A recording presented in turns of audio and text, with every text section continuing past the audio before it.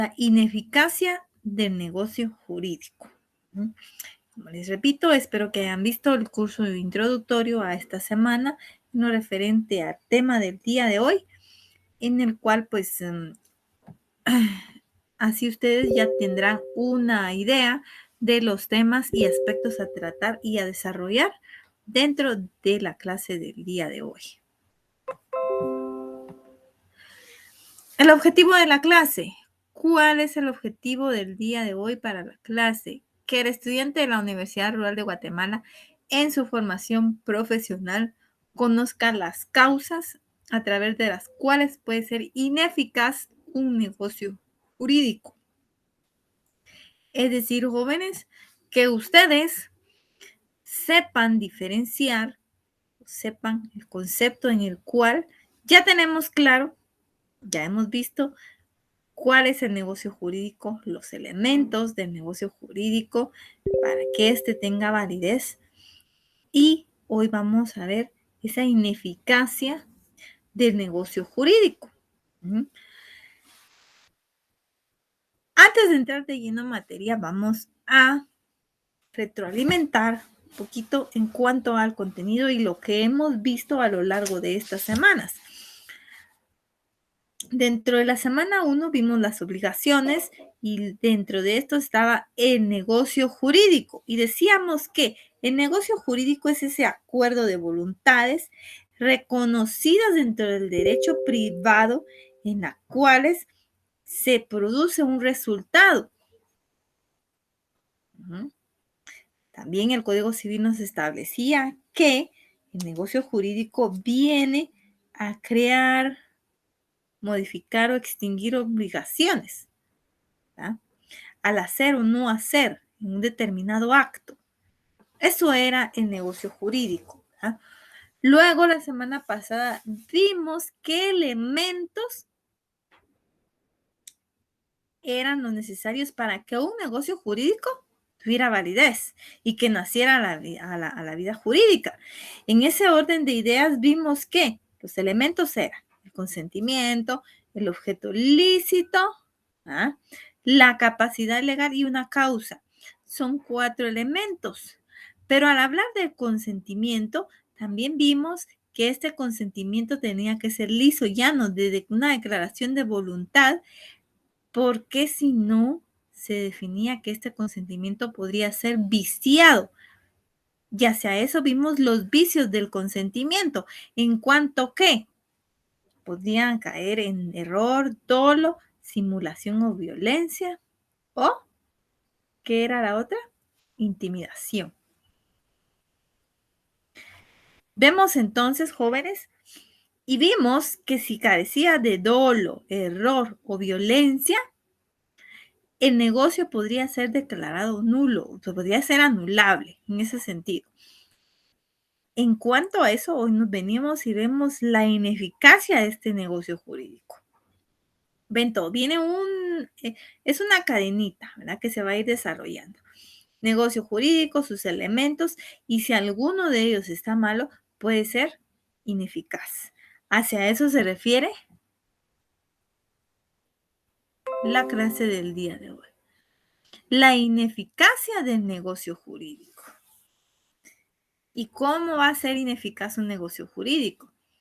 Puede ser por nulidad, por rescisión o bien por revocación.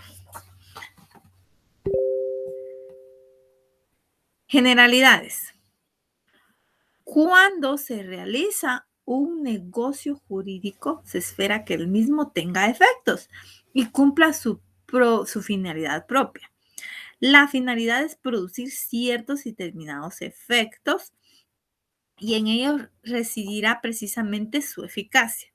Es decir, que por eficacia del acto jurídico debemos entender la aptitud que se predica de él para alcanzar sus efectos propios. Es decir, que por eficacia del acto jurídico debemos entender la aptitud que se predica de él para alcanzar sus propios efectos. Jóvenes, cuando realizamos un negocio jurídico, la intención es de que éste surta efectos. Ese es el fin. Si yo voy a realizar o voy a comprar o voy a vender, lo que quiero es que esto se lleve a cabo, que se lleve a la normalidad, un negocio jurídico de la naturaleza que sea. Pero ¿qué pasa? Esa es la finalidad, que produzca los efectos para lo cual se creó, se modificó, se extinguió. ¿Mm? Pero puede a veces que esa eficacia no se llegue a la normalidad. Se pudo consentir, pero si no llegó a feliz término, este negocio jurídico pierde esa eficacia que había tenido en determinado momento, cuando fue consentido, cuando nació a la vida jurídica. Hacia eso se refiere.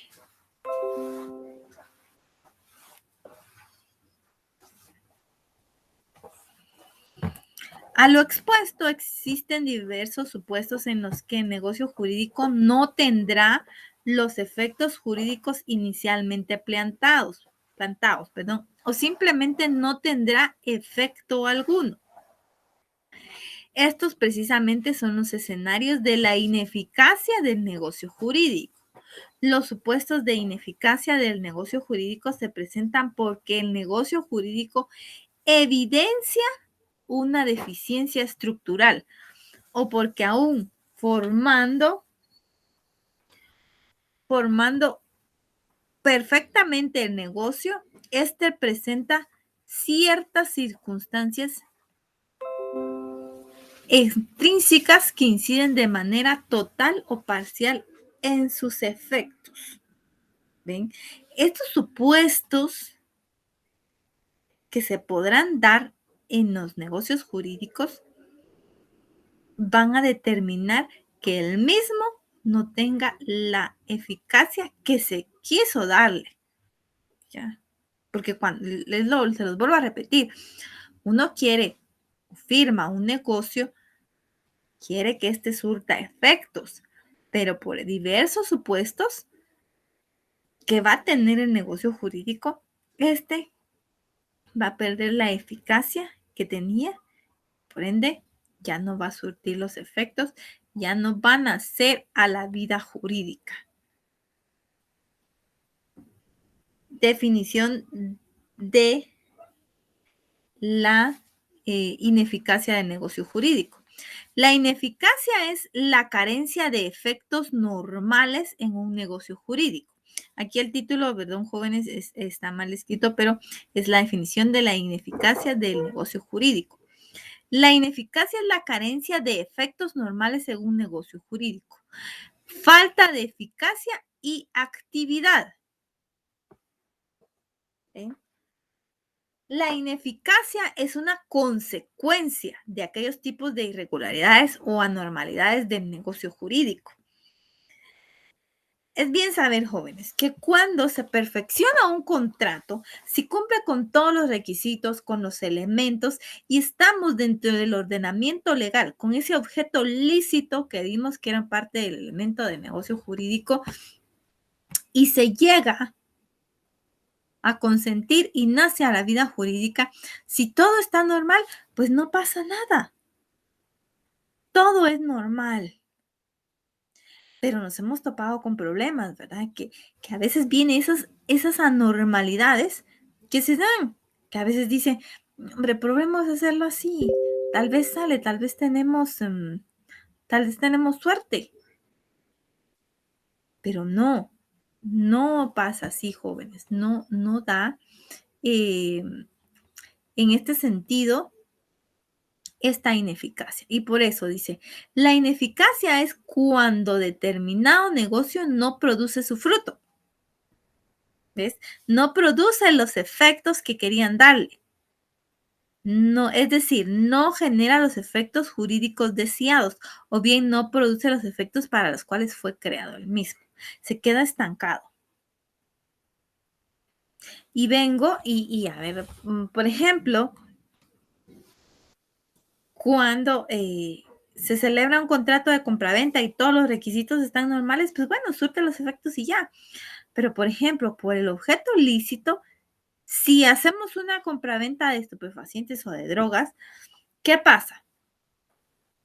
Hay una oferta, hay un consentimiento, se formaliza y, bueno, perfecto, las dos partes están de acuerdo, aunque saben que el negocio jurídico tiene unas irregularidades dentro del mismo. ¿Por qué? Porque su efecto es ilícito. Entonces, bueno, como pasa muchas veces, bueno, yo ya cumplí, te mandé la mercancía, llega, pero no llega a completarse. ¿Por qué? Porque en el camino, ¡pum!, interceptan y fueron interceptados tantos kilos de cocaína y todo. ¿Y qué pasa? No llegó a cumplirse. Este negocio jurídico no nació a la vida jurídica, es ineficaz. Es ineficaz, ¿verdad? Bueno, aunque ambos lo consintieron, pues se sabe que no nacía la vida jurídica porque carecía de esa validez para darle. Pero es un ejemplo que se trae a la ineficacia del mismo. ¿Qué tipos de ineficacia de negocio jurídico existen? Es aquí donde vamos a estudiar cada uno de ellos, los tipos de ineficacia del negocio jurídico. Y vamos a ver, ¿cuáles son estos?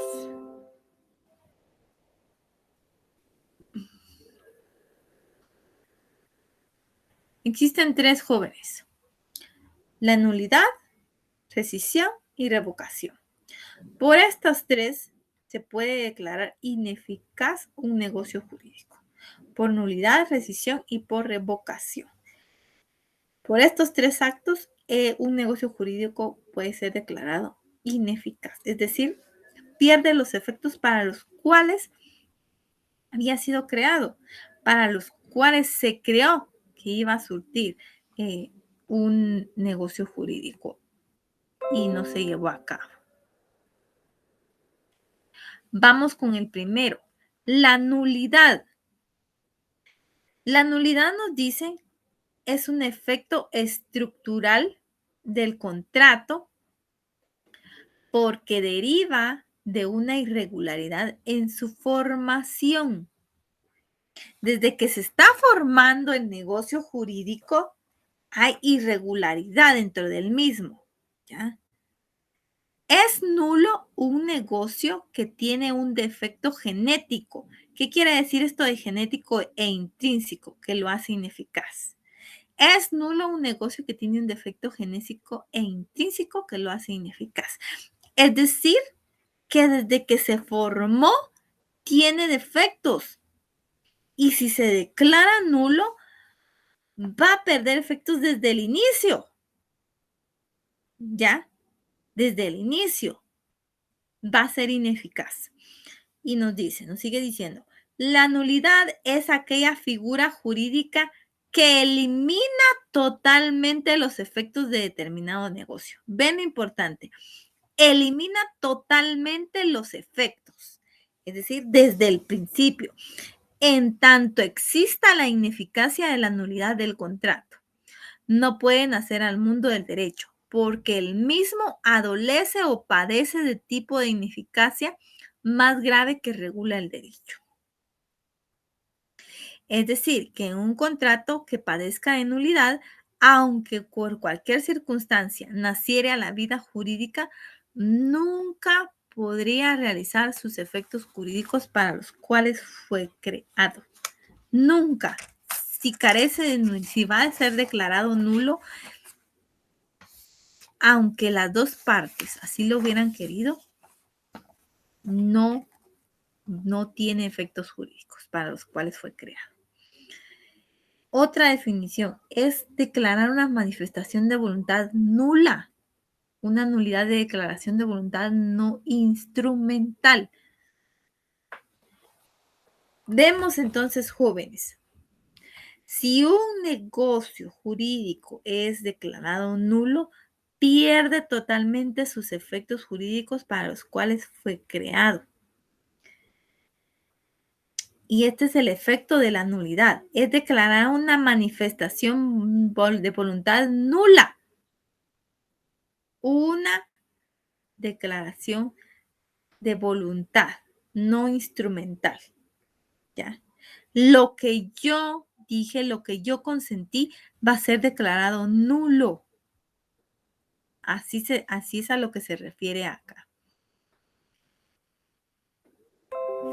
A efecto, vienen las clases de nulidad. Tenemos que existe nulidad absoluta y la nulidad relativa. La nulidad absoluta, llamada o interpretada como radical o ab initio, y la nulidad relativa, que es anulable. Así se conoce en otras tablas. La anulabilidad y la nulidad absoluta, perdón. ¿Y qué significa radical o ad initio? Es un latín.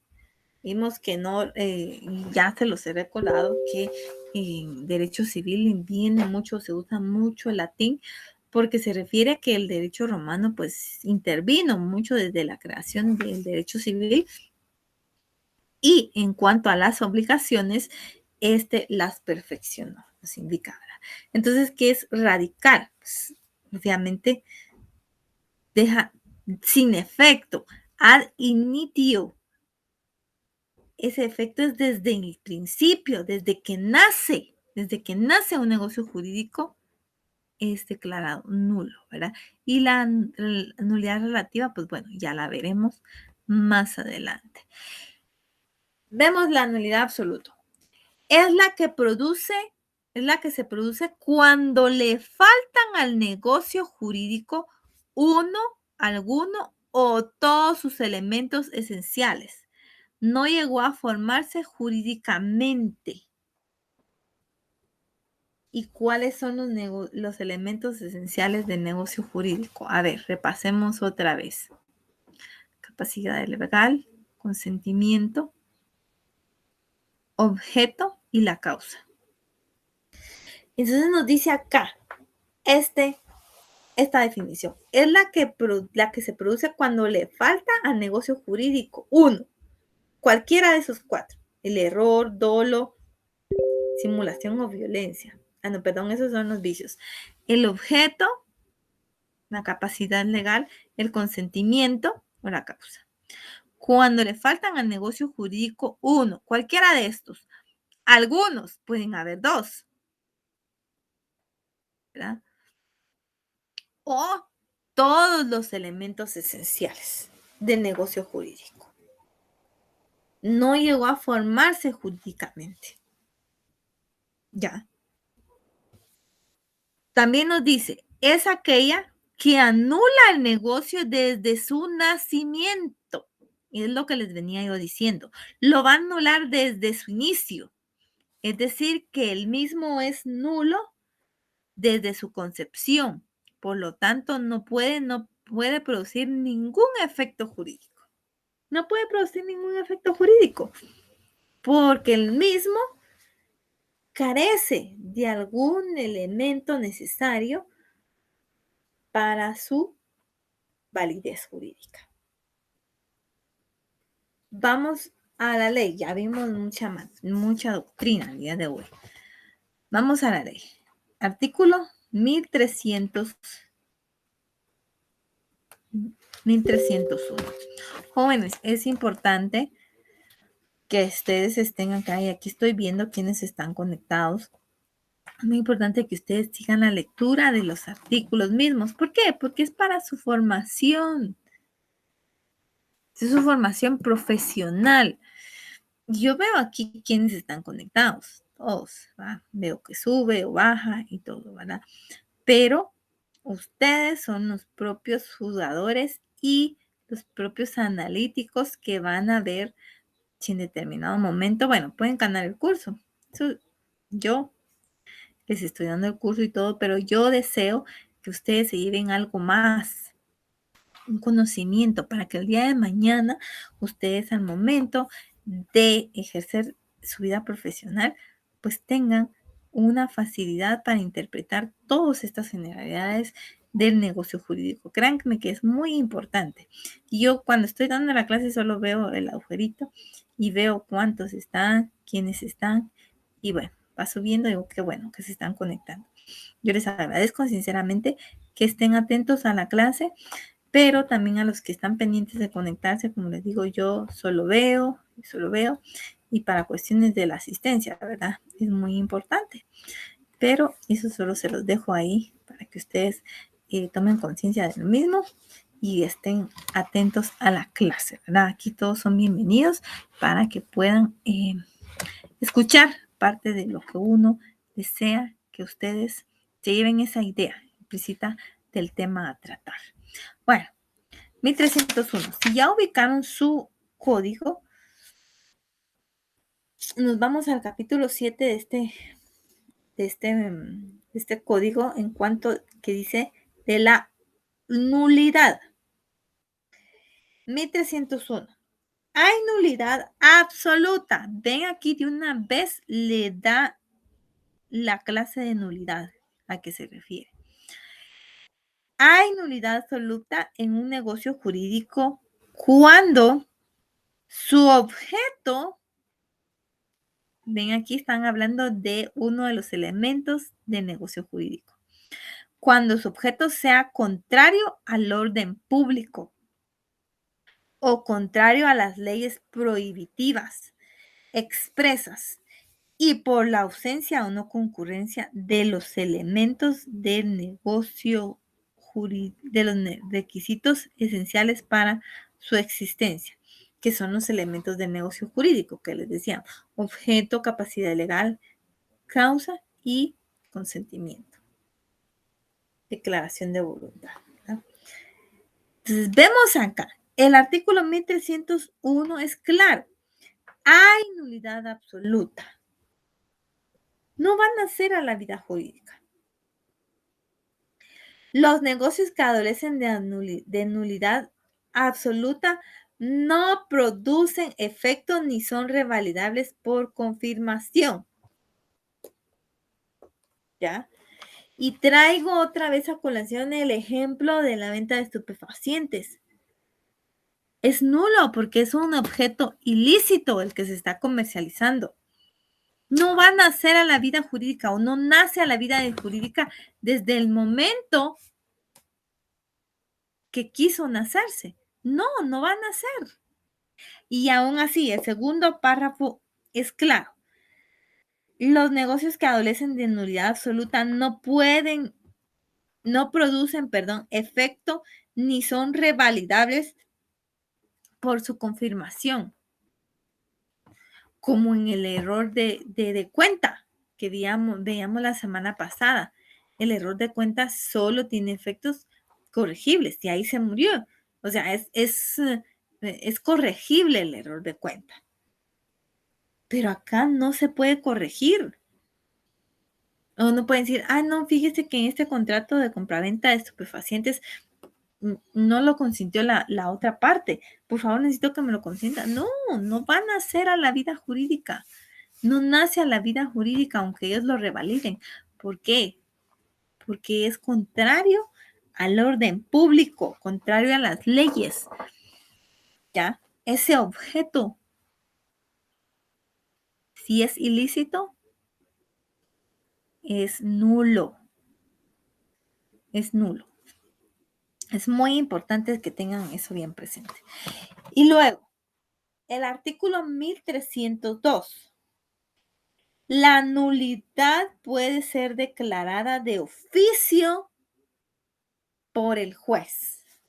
Ven acá. O sea, a diferencia de la otra nulidad, vemos acá que el mismo artículo nos indica que esta nulidad, la nulidad absoluta, puede ser declarada de oficio por el juez cuando resulte manifiesta. En este caso, vemos la compraventa de estupefacientes o droga o si es cualquier otra contraria a la ley, pues no No necesito que otra persona me diga, mire, están vendiendo cocaína. Eso es ilegal, declárenlo nulo. No, de oficio, pues por evidencia de esto declara, consigna esa compraventa. Y si, y si el comprador quiere reclamar su dinero porque no llegó a término feliz, esa compraventa no llegó a completarse, ¿a quién le va a reclamar? Que el vendedor lo engañó. No, porque sabe que el negocio jurídico tenía irregularidades y por eso no puede, no tiene derecho a reclamar.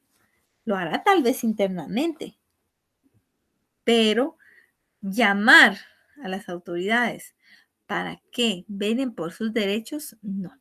Eso sí no lo podrá hacer. ¿Mm? La nulidad puede ser declarada de oficio por el juez cuando resulte manifiesta. Estoy en el 1302. Puede también ser alegada por los que tengan interés o por, ahí ustedes tienen Ministerio Público, no, tienen que corregirlo a la Procuraduría General de la Nación. ¿Ah? Acuérdense que desde determinado momento en que surgió la ley orgánica del Ministerio Público, se dividió que habían actuaciones propias del Ministerio Público y otras que se las delegaron a la Procuraduría General de la Nación. Entonces, en ese entendido, cuando ustedes vean, eso creo que lo supieron desde el inicio, dentro del código que indica Ministerio Público es Procuraduría General de la Nación, a menos que se trate de un tipo penal, ¿verdad? En este caso, nos indica que el negocio jurídico puede ser declarado nulo desde su inicio, es decir, no surtió efectos jurídicos nunca, aunque sí haya querido darse. Por favor, se los estoy repitiendo. La nulidad deja sin efecto un negocio jurídico desde su inicio. Es decir, este nunca, nunca, nunca surtió efectos jurídicos.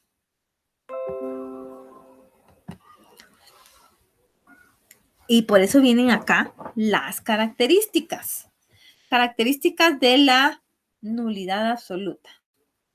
No nace a la vida jurídica. Puede ser declarada de oficio por el juez cuando resulte evidentemente notoria. Otra característica es de orden público porque cualquier persona que se vea afectada puede demandarla. Perdón, bueno, voy a tomar un poquito de agua porque no aguanto la garganta. En efecto, el efecto que emana de una nulidad absoluta es que no nace a la vida jurídica. Muy importante. Ese es el efecto de una nulidad absoluta. No nace a la vida jurídica. No surte los efectos jurídicos que debía de producir. No produce. ¿Ya? Entonces, vemos entre sus características, no van a ser a la vida jurídica, porque el mismo sujeto pues, puede que sea ilícito. Entonces, si partimos de eso, no va a surtir efectos, ¿verdad? Hacia eso se refiere. Puede ser declarada de oficio por el juez. Otra circunstancia, otra característica, perdón, muy importante, cuando resulte evidentemente notoria. ¿Es de orden público? Pues sí, porque cualquier persona que se vea afectada puede demandarla, ¿verdad? Pero de inicio también puede ser ejercida o declarada por un juez. Viene la otra nulidad. La nulidad relativa, llamada también como anulabilidad, anulable. Pero dirán, entonces, ¿cuál es la diferencia? Siempre se va a dejar sin efecto, sí. Pero hay una diferencia entre anulabilidad y nulidad. Vean, la anulabilidad o nulidad relativa es un tipo de ineficacia contractual. También es una ineficacia, ¿verdad?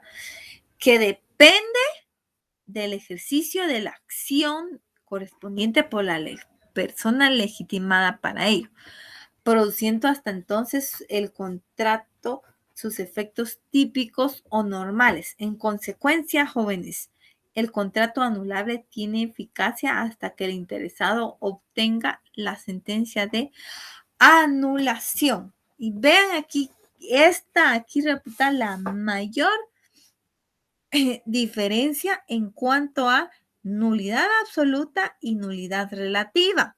¿Por qué?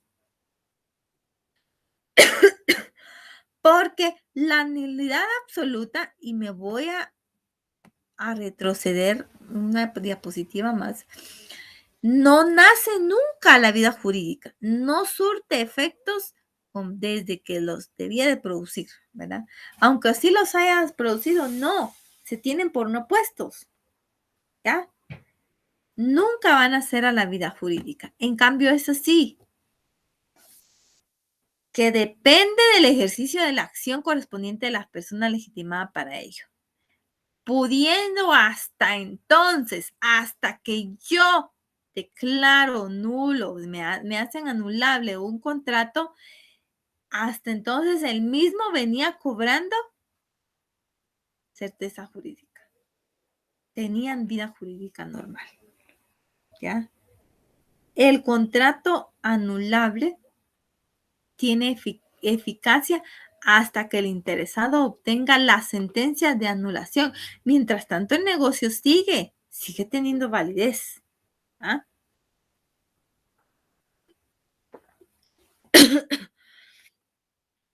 Y vemos acá, me voy a retroceder otra vez la diapositiva. ¿Qué característica tiene acá? Que aquí puede ser declarada de oficio por un juez y acá depende del ejercicio de la acción correspondiente por la persona legitimada. Aquí el juez no lo va a declarar nulo si no tiene conocimiento, si no es notoria, evidente, no puede. Tiene que ser a petición de parte, de quien se crea afectado. Pío Peña va a definir la nulidad relativa como aquella situación especial en que se encuentra un negocio jurídico por cuya virtud puede quedar destruido a consecuencia de una acción de impugnación, cuando no obstante haber sido válido formado, adolece un grave defecto constitutivo. ¿Ya? Puede quedar destruido, dice Pío Peña. Puede. Pero mientras tanto, sigue teniendo esa eficacia, esa validez de un negocio jurídico. Y vamos a las características, ¿verdad? Aunque ya se las hice mención de algunas, estas son las siguientes. Características de la nulidad relativa. Es un negocio jurídico en situación transitoria. ¿Por qué? Porque depende de la persona legitimada para poder impugnar. Ven aquí, depende. Mientras no lo impugnen,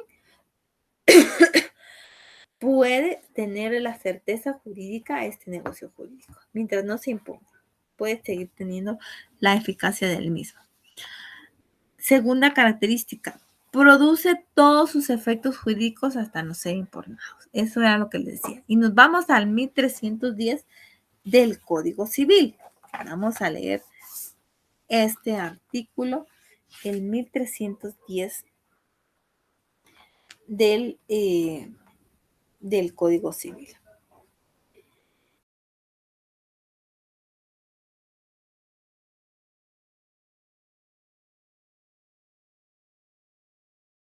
La nulidad a que se funde en vicios del consentimiento de las partes o de una de ellas, solamente se podrá intentar por la parte cuyo consentimiento está viciado, es decir, la persona afectada, ¿verdad? O por quien resultare directamente perjudicado. Si el negocio, otra característica, si el negocio jurídico anulable, el negocio jurídico anulable puede revalidarse. Aquí, jóvenes, si se da cuenta que es de un error, un vicio del consentimiento, pero se corrige, puede revalidarse. ¿Ya? Artículo 1304 del Código Civil. Los negocios que adolecen de la nulidad relativa pueden revalidarse. En la nulidad absoluta no. En la nulidad absoluta no está esa opción de revalidar el contrato. ¿Mm? Los negocios jurídicos que adolecen de nulidad relativa pueden revalidarse, confirmándolos expresamente o dando cumplimiento a la obligación a sabiendas del vicio que los hace anulables.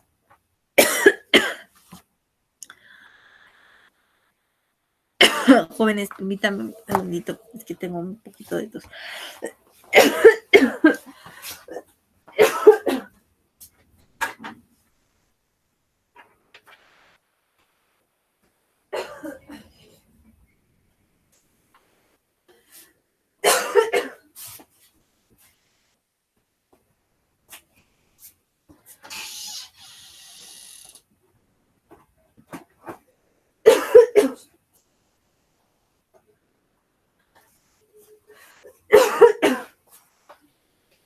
Perdón, jóvenes, disculpen, jóvenes, pero es que algo tenía aquí.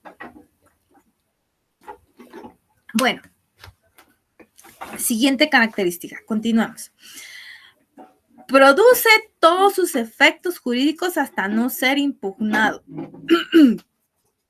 Ya les leí el 1310 del Código Civil.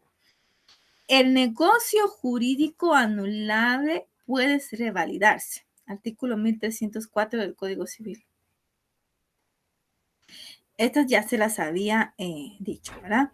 Y la última característica es que se tiene plazo para pedir la nulidad relativa.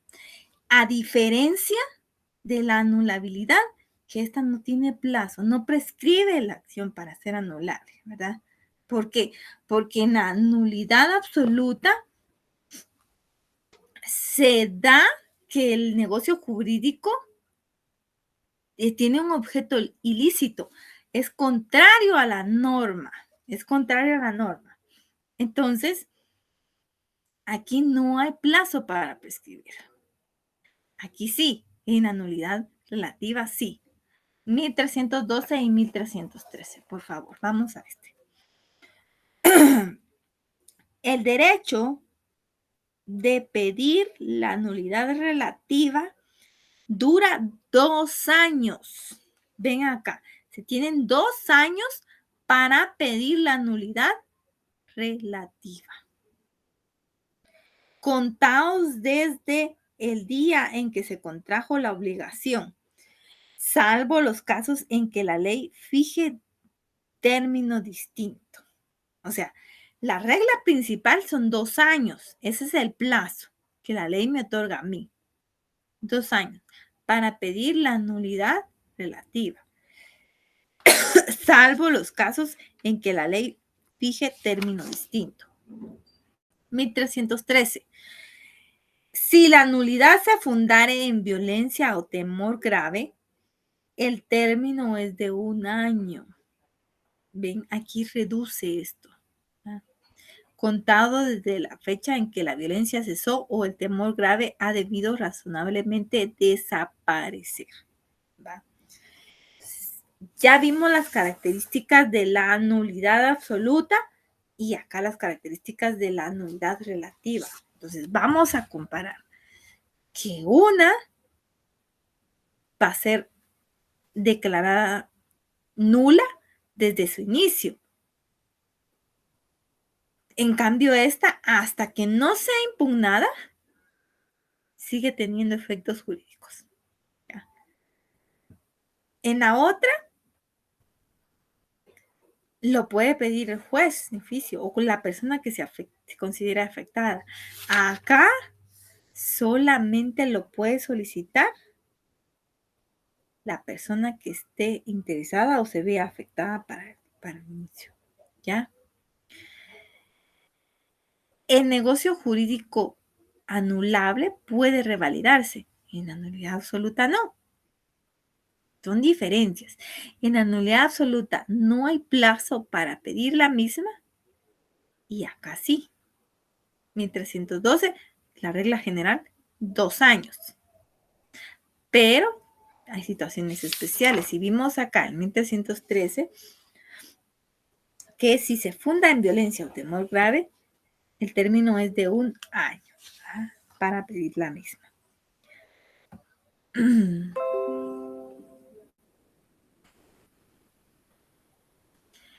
Causas que pueden producir la anulabilidad. Y vemos acá, por incapacidad relativa de una de las partes o de una de ellas. Otra, por adolecer de vicios del consentimiento, error, dolo y violencia. ¿Y dónde está regulado esto? Esto está regulado en el artículo 1303, donde nos da lo legal de esto dictado en doctrina. 1303 del Código Civil. El negocio jurídico es anulable, no nulo, ¿verdad? Anulable. 1, por incapacidad relativa de las partes o de una de ellas. Ven aquí. Y 2, por los vicios del consentimiento, pero vienen de error, dolo y violencia. Solo estos 3.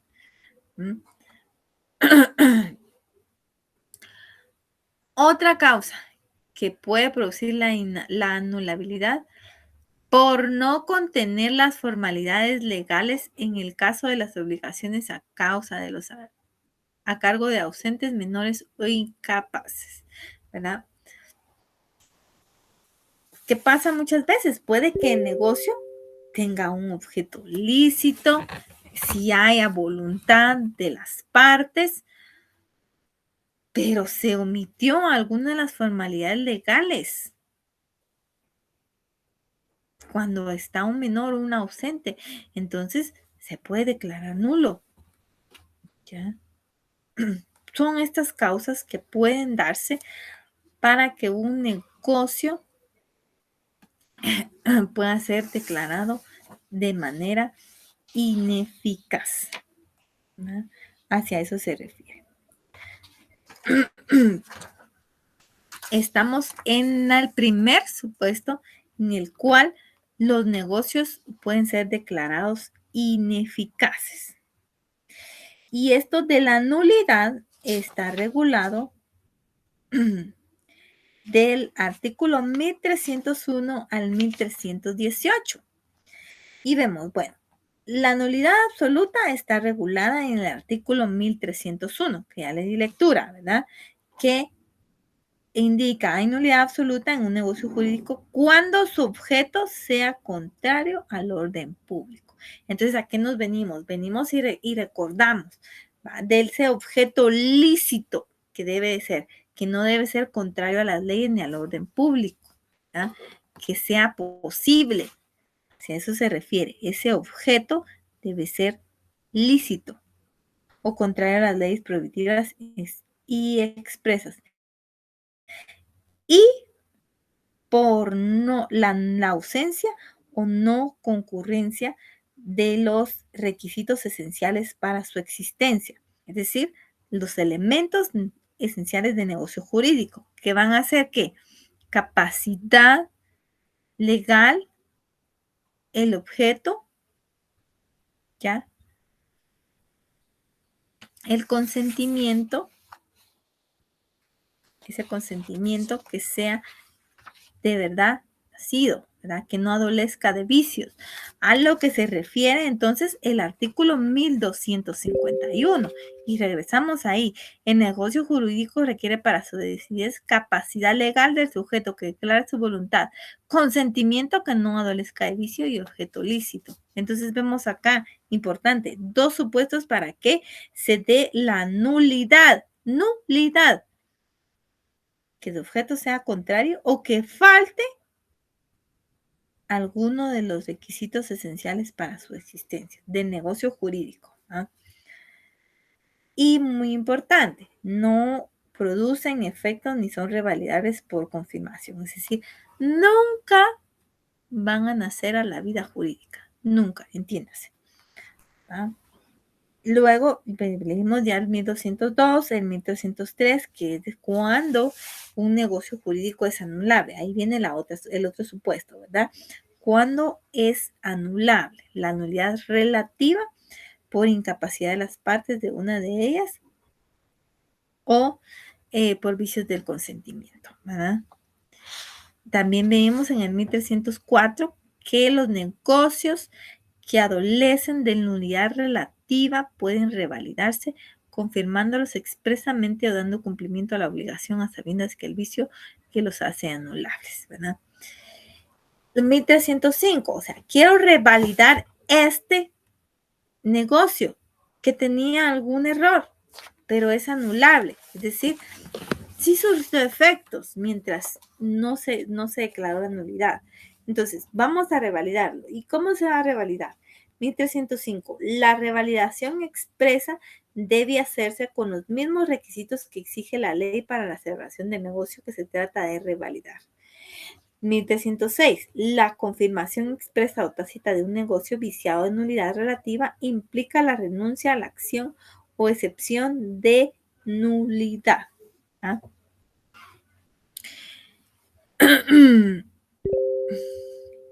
La confirmación surte efectos desde la fecha de celebración del negocio que se confirma, pero no perjudicará derechos de terceros de buena fe. Jóvenes, perdón. 1308. La nulidad de una o más de las disposiciones de un negocio jurídico no perjudica a las otras siempre que sean separables. ¿Ah? La nulidad, siempre hablando de nulidad. Quiero que tengan presentes, ¿verdad? Cuando dicen nulidad es nulo desde inicio. Muy aparte la anulabilidad, que vamos a hablar de la nulidad relativa. Aquí el 1308 habla de la nulidad absoluta, que se anula desde el inicio, nunca van a ser a la vida jurídica. La nulidad de la obligación principal lleva consigo las de las obligaciones accesorias, pero la nulidad de esta no induce a la obligación principal. 1309. Esto aplica para la nulidad relativa. El negocio que adolece de nulidad relativa surte todos sus efectos mientras en sentencia firme no se declare dicha nulidad. El código y la doctrina, los artículos nos vienen diciendo, ¿verdad? Una nulidad relativa va a perder sus efectos hasta que sea declarado anulable, perdón. Mientras tanto, este sigue teniendo sus efectos. ¿Ya? Mientras tanto, este va a tener sus efectos hasta que sea anulable. 1310 también ya fue leído. La nulidad que se funde en vicios del consentimiento de las partes o en una de ellas solamente se podrá intentar por la parte cuyo consentimiento está viciado. Era lo que les decía, quienes podían pedir la nulidad relativa, las personas que se vean afectadas en ese sentido. 1311. La nulidad produce con respecto a las obligaciones de los ausentes y de los menores de los incapaces. Esa también es relativa cuando no se han observado las formalidades requeridas por la ley. Era lo que les decía. Puede que el negocio quiera tener ese objeto lícito, esa voluntad, pero no se llevaron a cabo con los requisitos esenciales, ¿verdad? Que se dan. O a veces pasa, ¿verdad? Que dice, ay, faltó la firma del representante legal. Sí compareció, pero no firmó. Bueno, es un previo. Hasta que no firme, no puede ser validado este negocio jurídico, pero sí tiene validez, ¿verdad? Y luego vimos en 1312 y 1313 en lo que está el plazo para pedir la nulidad. 1314, las partes deben restituirse recíprocamente lo que han recibido o percibido como consecuencia del negocio anulado. En el caso de que ambas partes han percibido frutos, producto o intereses, serán compensables hasta la fecha en las que notifican de la demanda de nulidad y desde esta fecha serán restituibles. 1316. La restitución de las cosas debe hacerse en el estado que guardaban en el momento de la celebración del negocio. Es decir, todas las cosas tienen que estar devueltas en el estado en que se dio antes de iniciar el negocio, ¿verdad? Las mejoras o deterioros se abonarán por quien corresponda, salvo por el que el deterioro produzca de caso fortuito, fuerza mayor, vicios o defectos ocultos. 1317. Si a una de las partes le fuera imposible la restitución de la cosa, cumplirá entregando otra de igual especie, calidad o valor y devolviendo el precio que tenía en el momento de la celebración del negocio. Y si la nulidad de la obligación o la imposibilidad de la entrega provienen de mala fe, pagará además los daños y perjuicios que correspondan. Y por último, en 1318, la devolución de las cosas declarada la nulidad debe hacerse simultáneamente y si esto no fuera posible dentro del término que fijen las partes o en su defecto el juez, ¿verdad? Esto es en cuanto a la devolución, una vez el negocio sea declarado nulo. Como les digo, de aquí en adelante ustedes van a ver claramente si es una nulidad absoluta, va a hablar de nulidad, o si el negocio es anulable, estamos hablando de una nulidad relativa. En cuanto que si la nulidad, si habla de nulidad, es decir, que nunca nació a la vida jurídica.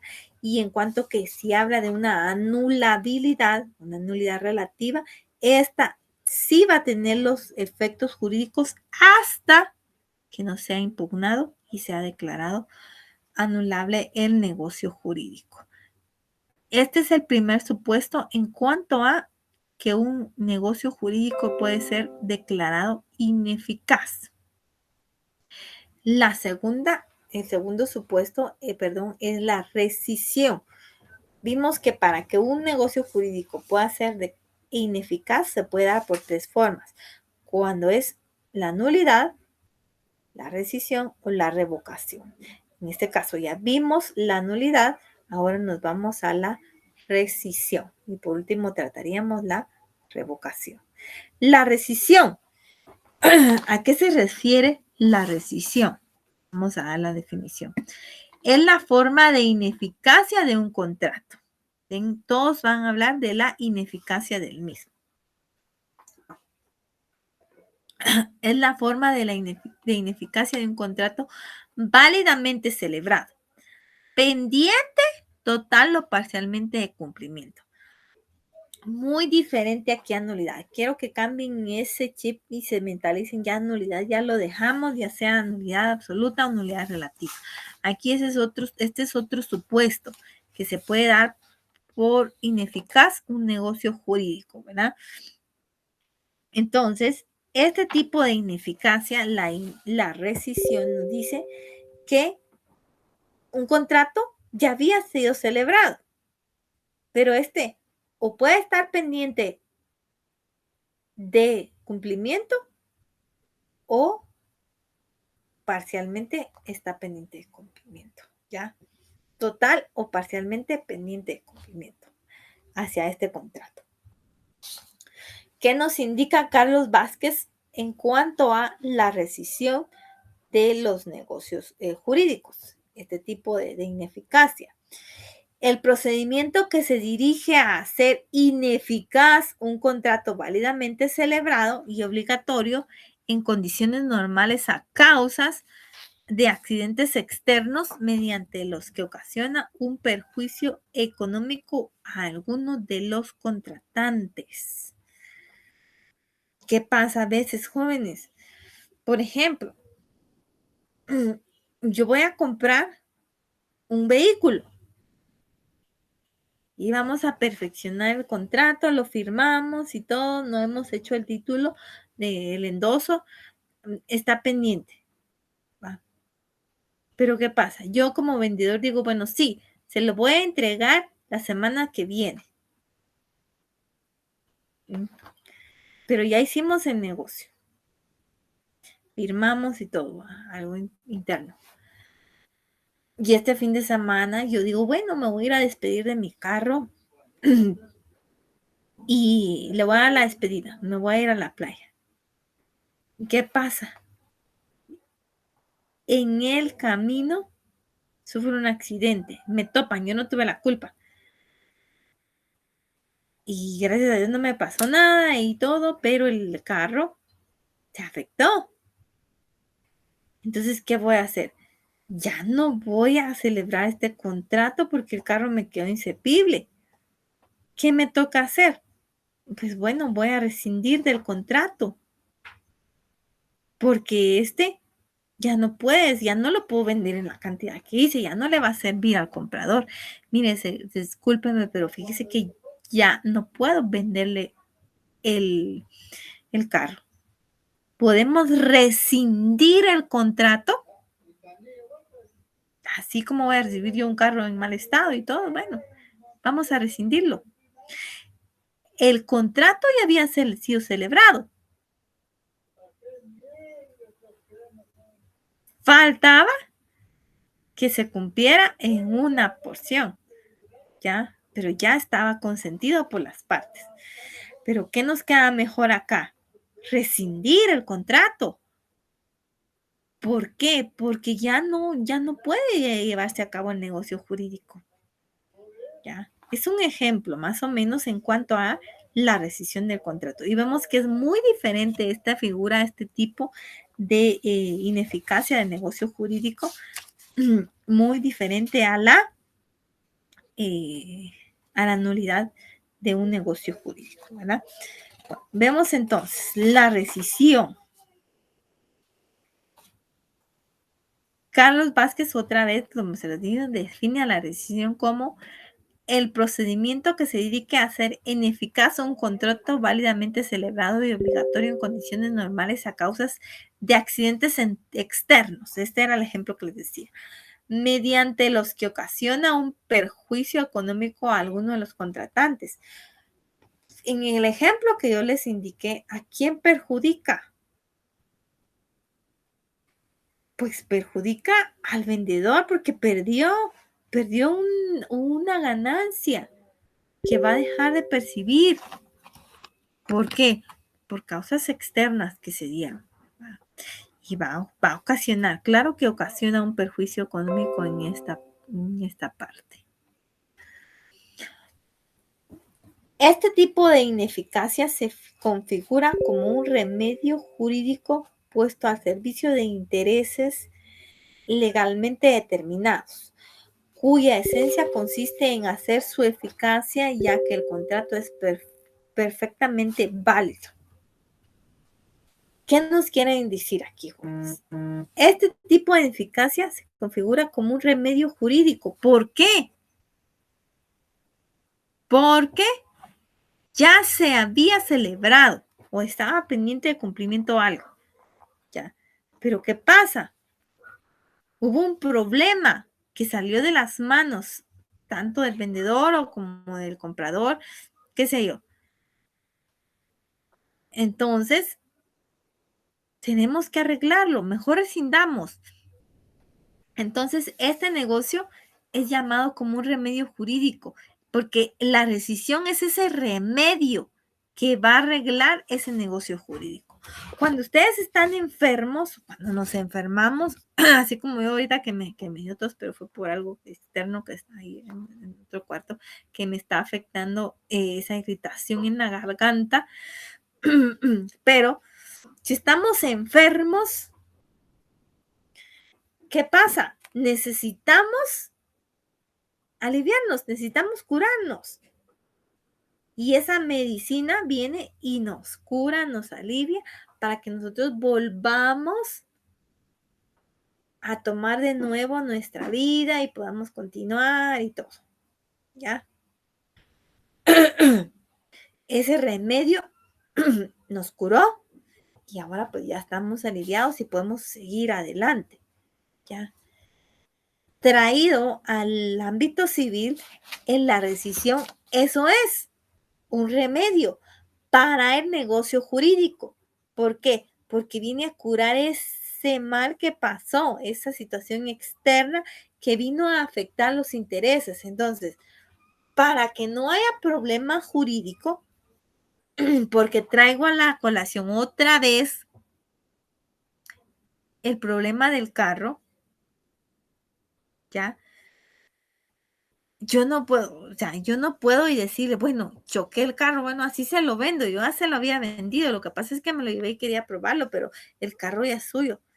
Me puede demandar él por darle el objeto, la causa del contrato en malas condiciones. Claro que sí,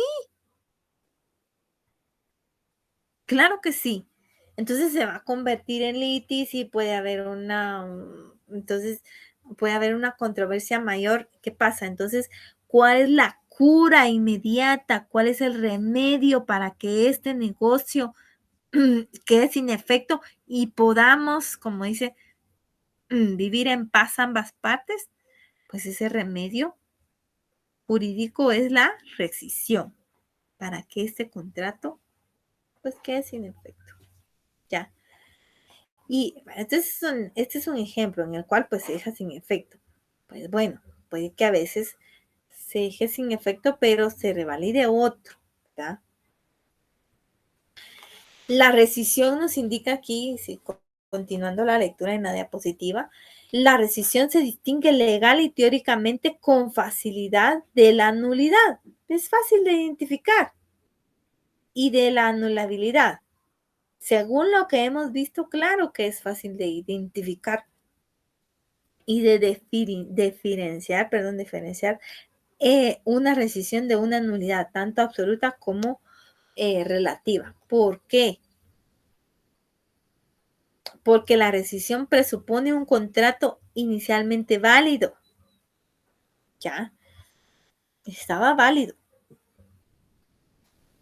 Mientras que la nulidad y la anulabilidad implican la invalidez inicial del contrato a que estén requeridos. Ya, aquí estaban todos los supuestos, pero algo externo hace que yo invalide ese contrato y mejor tenga que rescindir del mismo. ¿Ya? En cambio, en el negocio jurídico, cuando es de anulabilidad, este está nulo. No van a ser a la vida jurídica. Nunca. Hacia eso se refiere. Características de la rescisión. ¿Qué características vamos a encontrar en la rescisión? La existencia de un daño o perjuicio y su objetivo es la separación del mismo. Era lo que yo les decía, jóvenes. ¿Va a haber un daño o perjuicio? Claro que sí.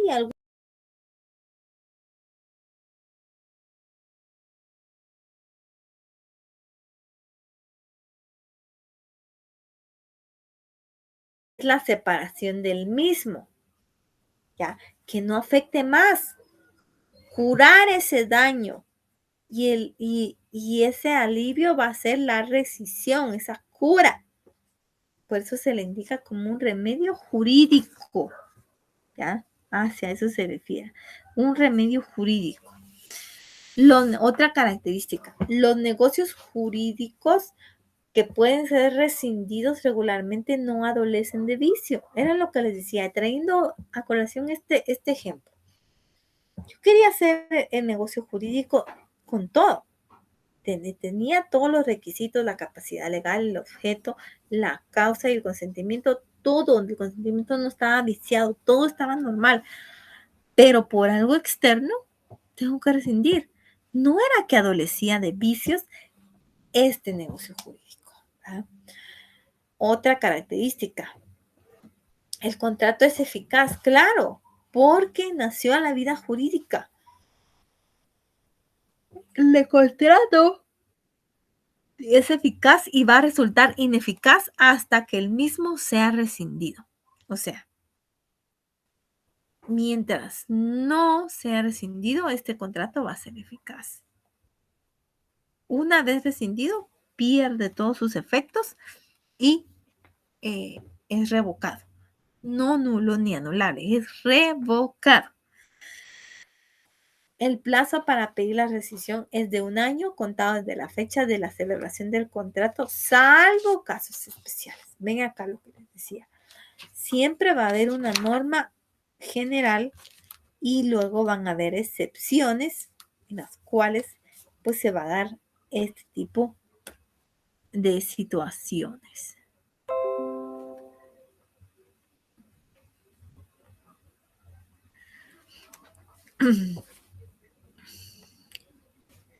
Vemos acá.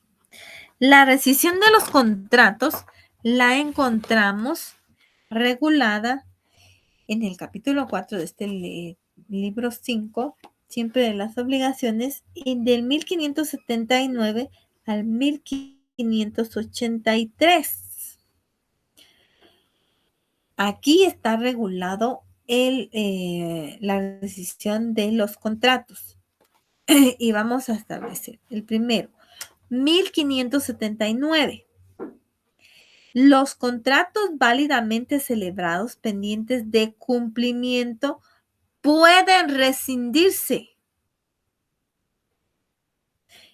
Ven los dos supuestos. Los contratos válidamente celebrados, ese es uno.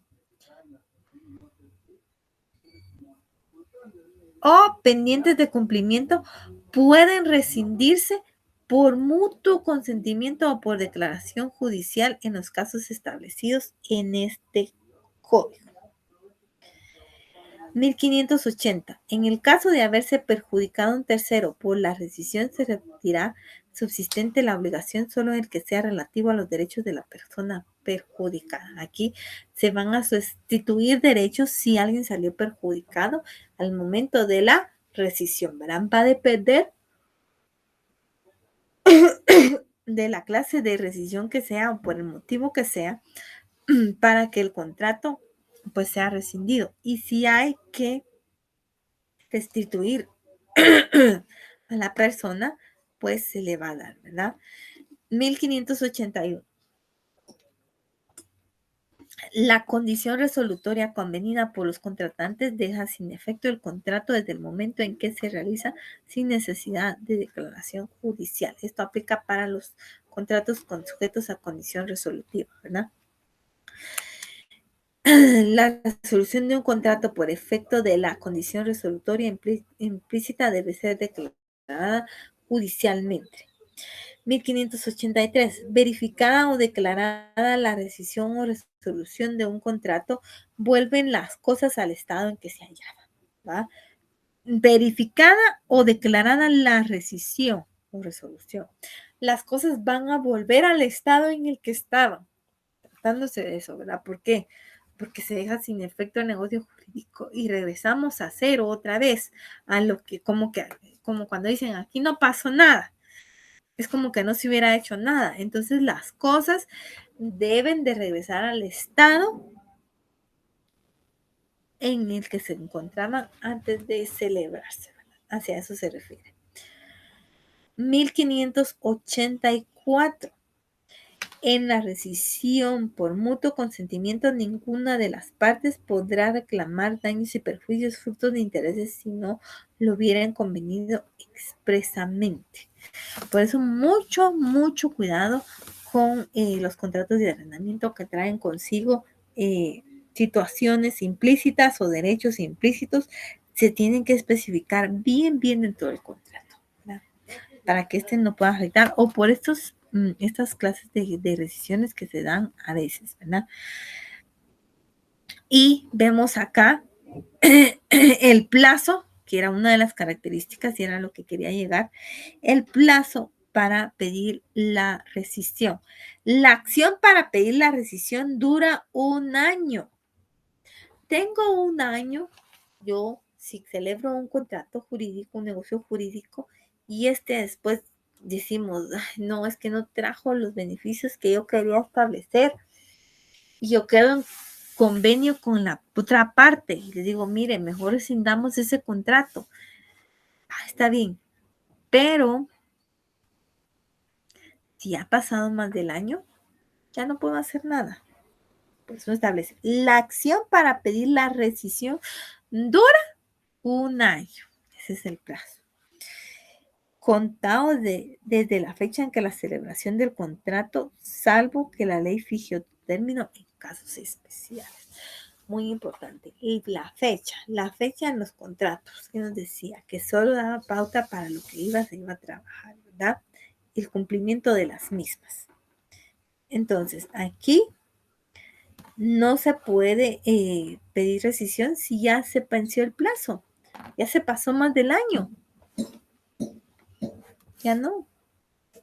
Sí había motivo para rescindir, pero como no lo hicimos dentro del plazo legal, se entiende como que así hubiera sido, así lo consentí con eso, ¿verdad? 1586 son aplicables a la precisión y resolución de las disposiciones los artículos 1314. ¿A qué se refiere este artículo?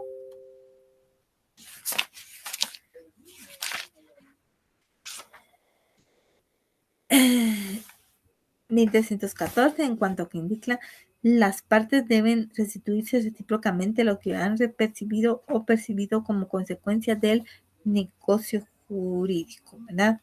Era lo que hablábamos hace un momento, que se deben de dar esto jurídicamente si se rescinde el contrato. 1315. Esto aplica, esto está regulado dentro de la anulabilidad y la nulidad, pero según el Código Civil, estas normas también son aplicables a lo que se establece, ¿verdad? Del artículo 1314 al 1318, ¿verdad? Luego el 1315 dice, las partes deben, en los casos en que ambas partes han percibido frutos, productos o intereses, serán compensables hasta la fecha en que la notificación de la demanda o la nulidad desde esta fecha serán refutables. Bueno, si hay una rescisión, se tiene que respetar lo que se había acordado o lo que se tenía antes de esto, ¿verdad? Antes de haberse dado esto. 1316. La restitución de una de las cosas debe hacerse en el estado que guardaban en el momento de la celebración del negocio. Esto ya lo sabíamos, ¿verdad? Por ende, ¿por qué? Porque las cosas deben de regresar a su normalidad, porque el negocio jurídico no se llevó a cabo, fue rescindido. 1317. Si una de las partes le fuera imposible la restitución de la cosa, cumplirá entregando otra de igual especie, ¿verdad? Si ya no tengo otra, pues bueno, voy a restituirlo, ¿verdad? Si se vio afectado. La devolución de las cosas declara la nulidad debe hacerse simultáneamente y si esto no fuera posible dentro del término que se fijen las partes en su defecto legal. A eso también, como les digo, estas normas son aplicables siempre a la rescisión de contratos. Clases de rescisión. Existen 2 clases de rescisión. Esa rescisión voluntaria, entiéndase que las partes así lo quisieron. Es decir, esta rescisión va a ser extrajudicial o bien la resolución judicial. Esas son las clases de rescisión que se pueden dar dentro del ámbito civil, ¿verdad? Vamos con la rescisión voluntaria, es decir, que ambas partes sí lo consintieron. Los contratos, la rescisión voluntaria. Los contratos válidamente celebrados pendientes de cumplimiento pueden rescindirse por mutuo consentimiento. 1579. Los contratos válidamente celebrados pendientes de cumplimiento pueden rescindirse por mutuo consentimiento. La ley nos autoriza. Bueno, si ustedes ya se pusieron de acuerdo, van a rescindir el contrato por mutuo consentimiento. El 1584 complementa esta rescisión en cuanto a que dice lo siguiente. En la rescisión por mutuo consentimiento, ven, ahí es la clase que dan de las clases de rescisión. En las rescisiones por mutuo consentimiento, ninguna de las partes podrá reclamar daños y perjuicios. ¿Por qué? Porque las dos dispusieron rescindir ahí. ¿Ya? Y las pérdidas se podrán dividir y las ganancias igual como debieron de ser, ¿verdad? En la decisión por mutuo consentimiento. Nadie puede reclamar daños y perjuicios. Así a eso se refiere. Luego vamos a hablar de la rescisión judicial, es decir, aquí ya no vienen las partes, sino que va a ser un juez el que va a intervenir y va a declarar esa rescisión de un contrato. ¿Y qué nos indica? Es la que dicta el juez competente. Esta resolución judicial la va a dictar un juez competente. ¿Y por qué? Una vez que el contratante interesado ha probado en juicio motivos rescisorios expresamente previstos en la ley. Es decir, bueno, yo veo que este contrato no conviene. Entonces, mejor solicito al juez que lo rescinda según las pruebas que yo manifieste también. Porque no, bueno, yo puedo pedir la rescisión del contrato, pero si no se demuestra que sí existe un daño perjudicial y es mejor que se rescinda un contrato, pues bueno, tengo que probarlo, ¿verdad? Hasta que el juez así lo sancione, lo ordene. 1579, la definición siempre también del contrato, de la rescisión de los contratos por vía judicial.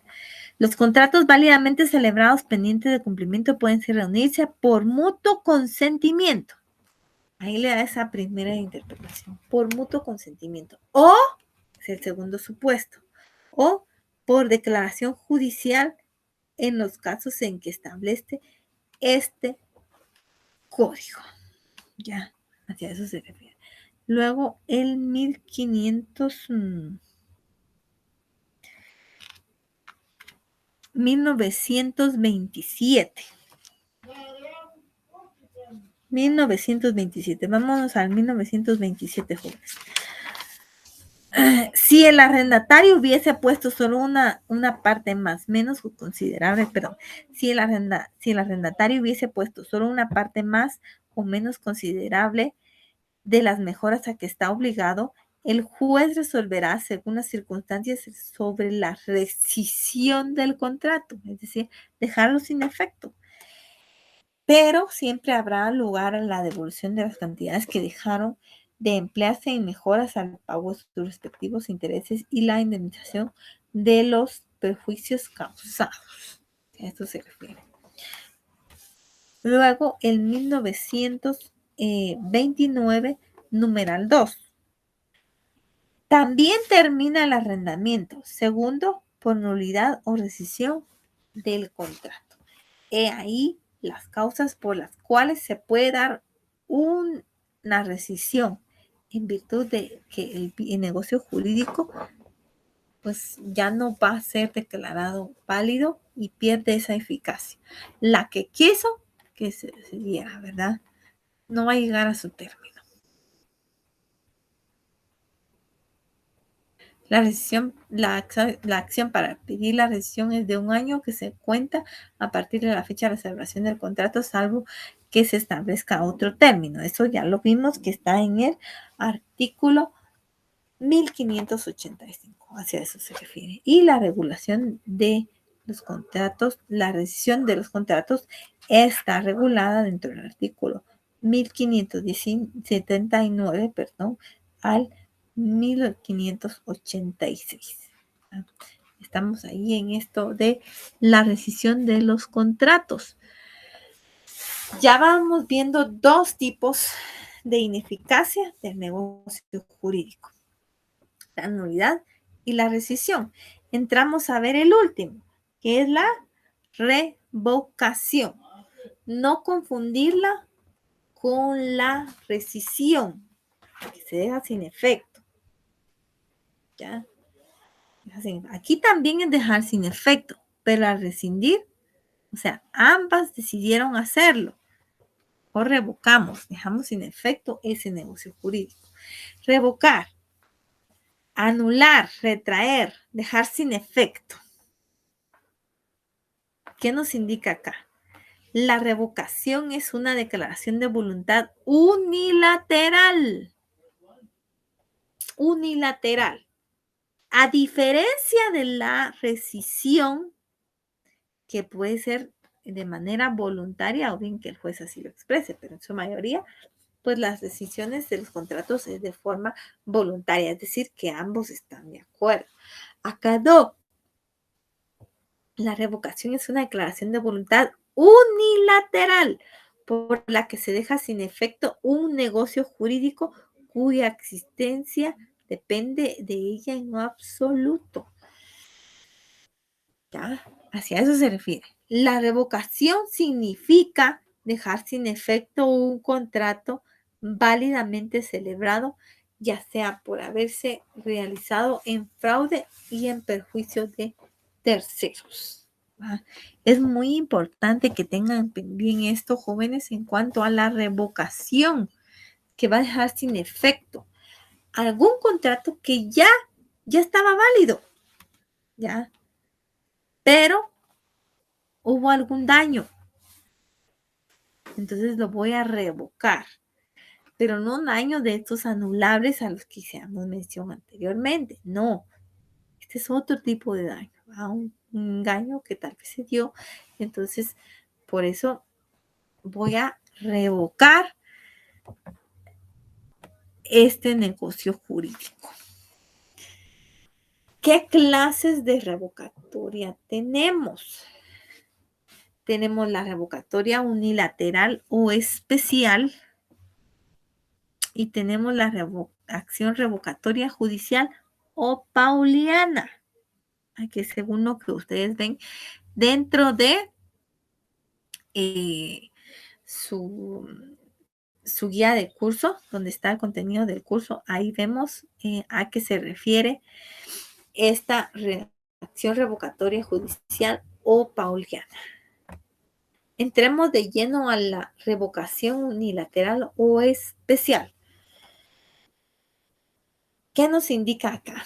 Se le llama unilateral o especial. ¿Por qué? Porque solo una de las partes lo va a invocar.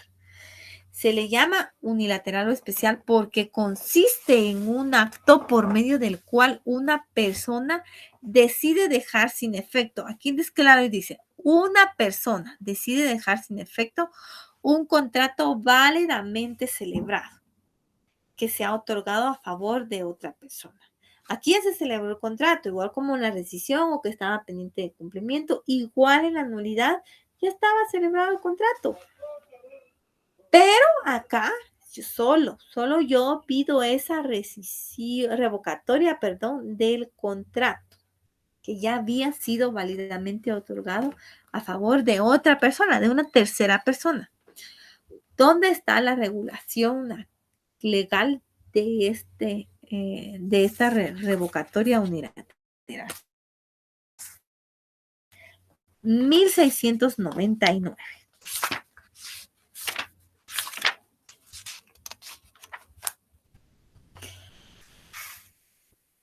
El mandato es esencialmente revocable aun cuando se haya conferido con plazo para asunto determinado, pero si hubiera sido aceptado la revocación solo podrá producir efecto desde la fecha y hora en que se notifique al apoderado. Este es un ejemplo, jóvenes, de una revocatoria. Hizo una declaración unilateral. Bueno, ¿a qué se refieren los mandatos? Más adelante veremos este tipo de contratos de negocios en los cuales se da la revocatoria de un negocio jurídico. ¿Por qué? Porque quiero dejar sin efecto algo que ya autoricé. Y el ejemplo claro está en el artículo 1699 con los mandatos. A veces ya no estamos contentos o bien específicos con el mandatario que tenemos. Y aunque todavía tenga plazo para ejercerlo, no, yo no quiero. Voy a revocar ese mandato, dice. ¿Por qué? Porque yo lo faculté a él para que me representara. Yo lo faculté. Entonces yo tengo el derecho de quitarle ese poder, de revocar, pero no es quitar, sino revocar ese poder que yo le otorgué. Entonces viene acá, el mandato esencial es esencialmente revocable, aun cuando se haya conferido con plazo. Es decir, todavía yo, no, pues ¿cómo me vas a quitar ese poder si todavía no se ha terminado mi plazo? Bien, claro que sí, yo lo puedo hacer, yo te puedo quitar ese poder que yo te otorgué, que ya no me sirve, te lo quiero conferir a otra persona. Eso es legal, lo puedo hacer. Y el artículo 1886 nos da otra especificación del mandato, 1866. La donación gratuita y la donación onerosa, en la parte que constituye la donación efectiva, pueden ser revocadas por causa de ingratitud del donatario. Ven lo importante acá. En un contrato de donación,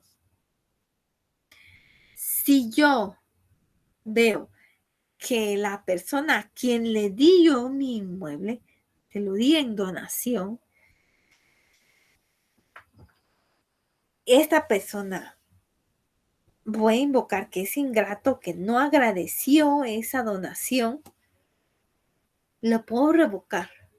Puedo revocar esa donación que yo le di, ¿verdad? Y puedo reclamar por la ingratitud a la persona que yo le había dado este inmueble, esa donación que yo había preceptuado. 1867, que establece la revocación de la donación por ingratitud solo puede hacerse contra el donatario. Sin embargo, si hubiera sido iniciada en la vida de este, podrá continuar contra los herederos. ¿A qué se refiere todo esto, verdad, jóvenes?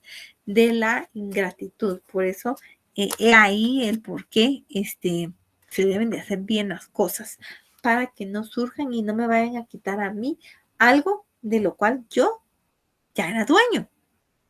Pero me lo pueden revocar. En la donación se puede, jóvenes. En la donación sí se puede.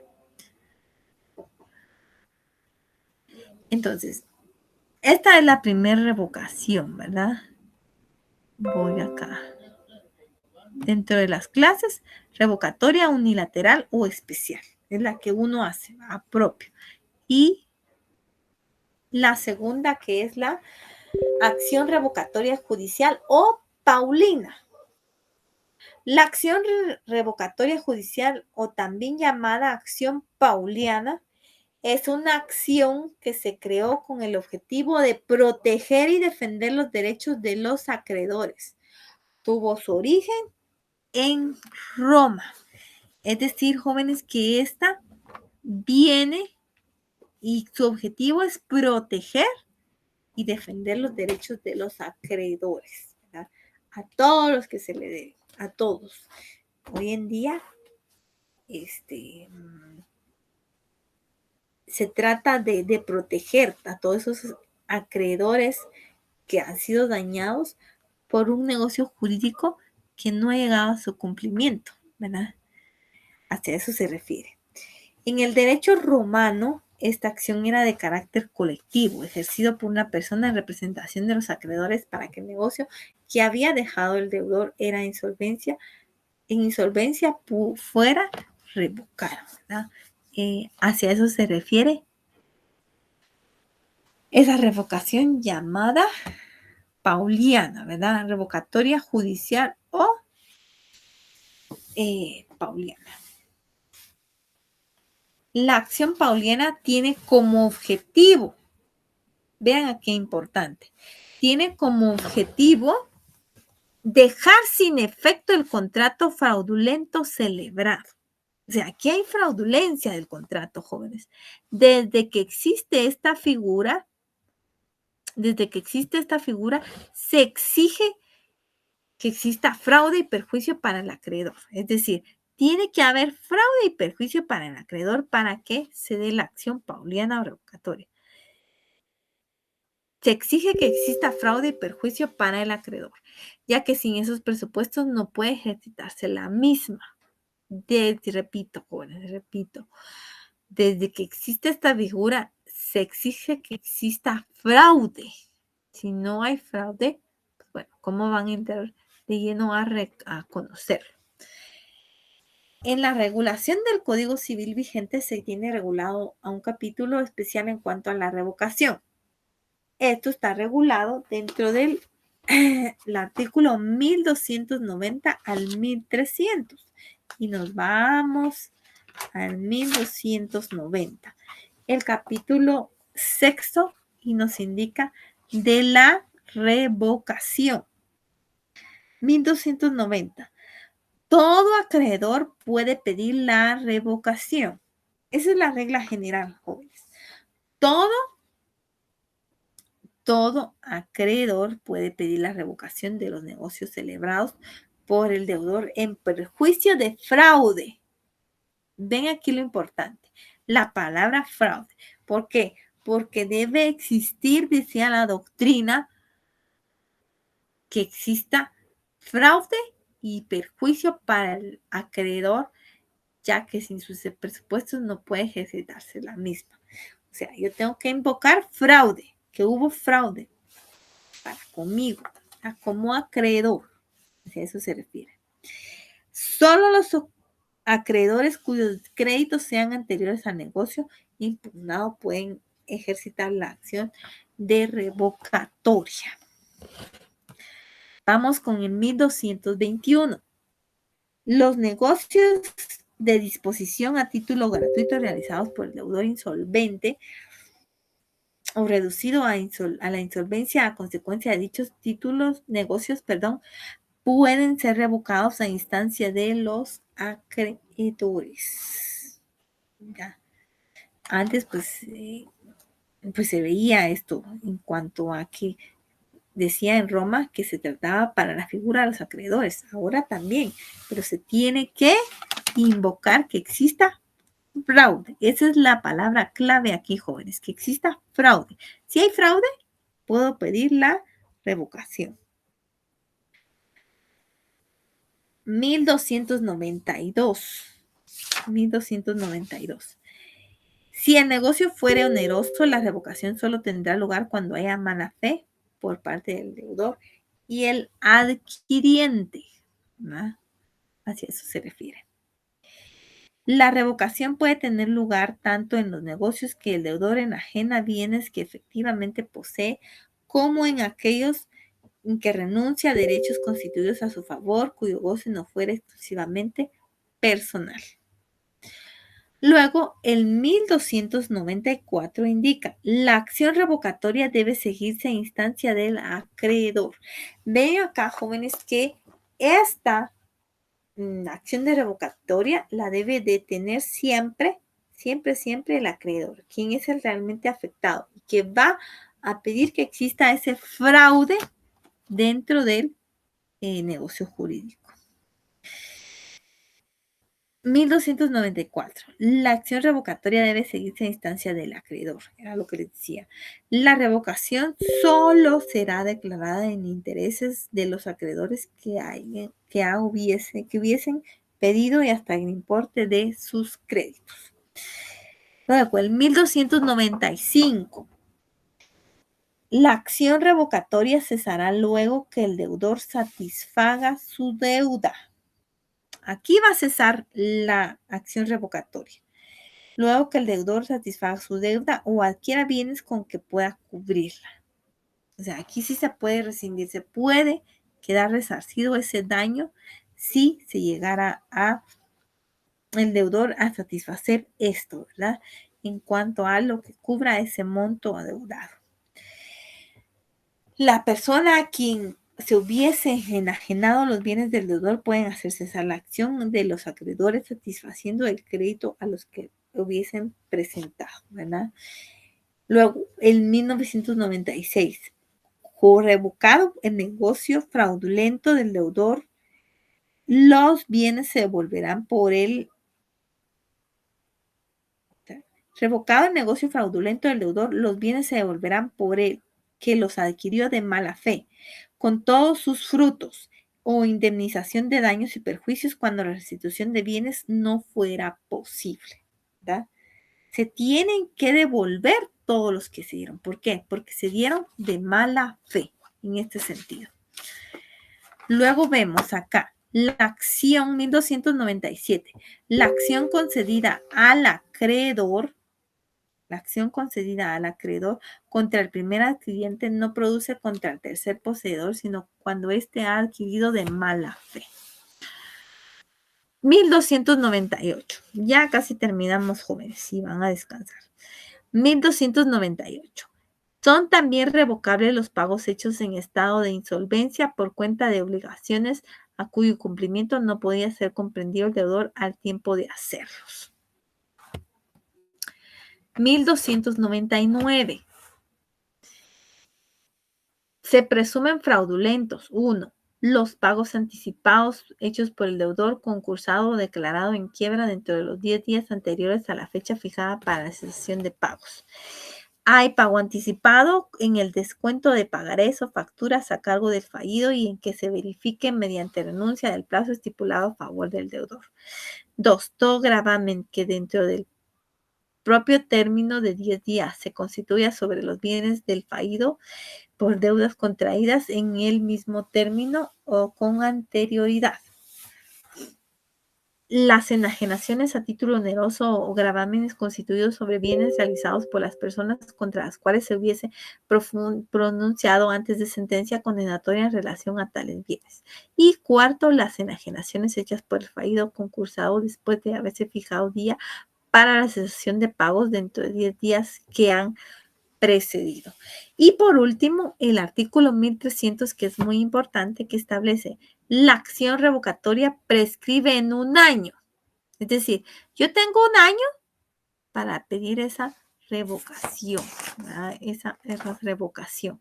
La acción revocatoria prescribe 1 año contado desde la celebración del negocio, desde la fecha en que se verificó el pago o se hizo renuncia del derecho. Es muy importante, jóvenes, que esta acción para pedir la revocación es de 1 año. Y veamos en cuanto a los otros tipos de negocio, de ineficacia del negocio jurídico que tenían estos plazos también en cuanto al mismo. Bueno, entonces recapitulando, jóvenes, en cuanto al contenido de la clase del día de hoy, va a haber ineficacia de un negocio jurídico por 3 tipos: nulidad, rescisión y revocación. 3 aspectos importantes. 3, por nulidad, rescisión y revocación. Y vimos que ninguno de los 3 tiene alguna similitud o se parecen, sí.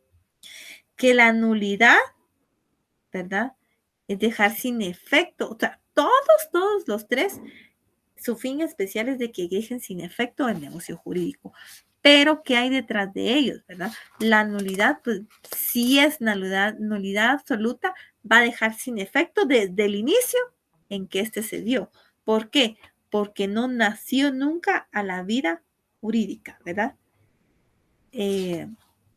Bueno, jóvenes, los veo la próxima semana.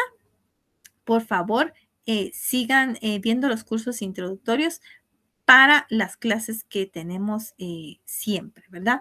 Los veo la próxima semana. Por favor, sigan preparándose y les deseo un feliz fin de semana. Que tengan buena tarde.